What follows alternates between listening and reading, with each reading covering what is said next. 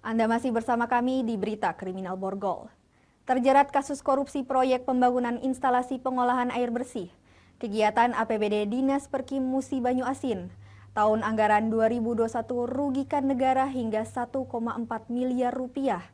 Kadis Perkim Mubah, pejabat pembuat komitmen dan pelaksana lapangan PT Kenzo Putra Linas dituntut jaksa 2,5 tahun penjara.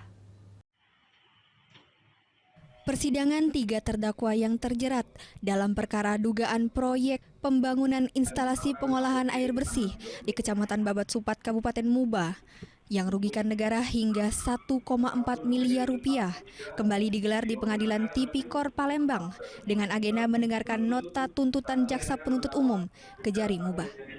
Dalam persidangannya, ketiga terdakwa yakni Rismawati Gatmir yang merupakan pengguna anggaran sekaligus Kepala Dinas Perkim Mubah, Novi Astuti selaku pejabat pembuat komitmen dan Imam Mahfud Effendi selaku pelaksana lapangan PT Kenzo Putra Linas dihadapkan kepada majelis hakim.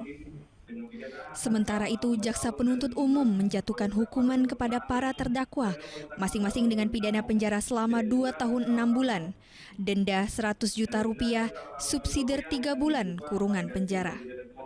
Selain itu, untuk terdakwa Rismawati dikenakan hukuman tambahan untuk mengembalikan uang pengganti sebesar 100 juta rupiah.